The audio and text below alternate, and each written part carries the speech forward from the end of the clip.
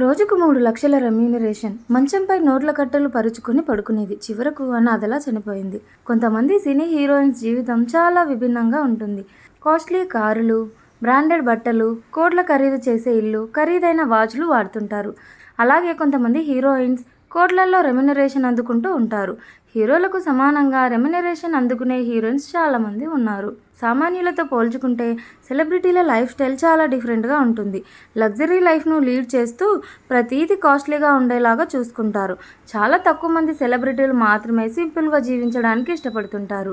చాలామంది కాస్ట్లీ కార్లు, ఖరీదైన బంగ్లాలు, బట్టలు, వాచ్లు ఇలా అన్ని లగ్జరీగా ఉండేలా చూసుకుంటారు. ఇక హీరోయిన్స్ గురించి ప్రత్యేకంగా చెప్పాల్సిన అవసరం లేదు. ప్రస్తుతం హీరోయిన్స్ కూడా హీరోలకు సమానంగా రెమ్యునరేషన్ అందుకుంటూ దూసుకుపోతున్నారు. కోట్లల్లో రెమ్యునరేషన్ అందుకుంటున్నారు. ప్రస్తుతం పాన్ ఇండియా సినిమాల హవా నడుస్తుండటంతో సినిమా భారీ బడ్జెట్తో తెరకెక్కిస్తున్నారు.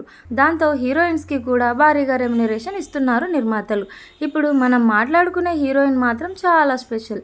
ఆమె ఇప్పటి హీరోయిన్ కాదు, అప్పట్లోనే కోట్లలో రెమ్యునరేషన్ అందుకుంది ఆమె. స్టార్ హీరోలకు మించి క్రేజ్ ఉండేది ఆమెకు. ఆ హీరోయిన్ కోసం స్టార్ హీరోలు కూడా ఎదురు చూసేవారు. ఆమె డేట్స్ కోసం నిర్మాతలు పెద్ద యుద్ధమే చేసేవారు. ఒకప్పుడు ఇండస్ట్రీని ఊపేసిన నటి ఆమె. అప్పట్లోనే రోజుకు ₹1,00,000 రెమ్యునరేషన్ తీసుకున్న ఆ నటి చివరకు అనాథలా ఈ లోకాన్ని విడిచి వెళ్ళిపోయింది. ఇంతకు ఆమె ఎవరంటే, ఒకప్పుడు తెలుగు సినిమాను ఒక ఊపు ఊపేసిన అందాల సుందరి సిల్క్ స్మిత. ఆ కాలంలో స్టార్ హీరోయిన్కు మించిన క్రేజ్ సిల్క్ స్మితకు ఉండేది అనడంలో ఎలాంటి అతిశయోక్తి లేదు.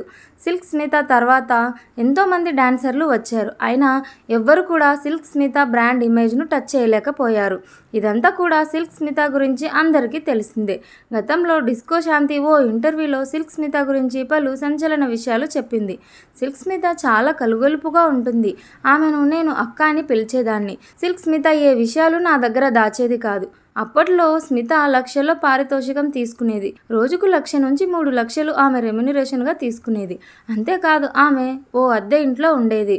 ఆ ఇల్లు రెంటు నెలకు 5 లక్షలు. అలాగే మంచంపై నోట్ల కట్టెలు పరుచుకొని పడుకునేది.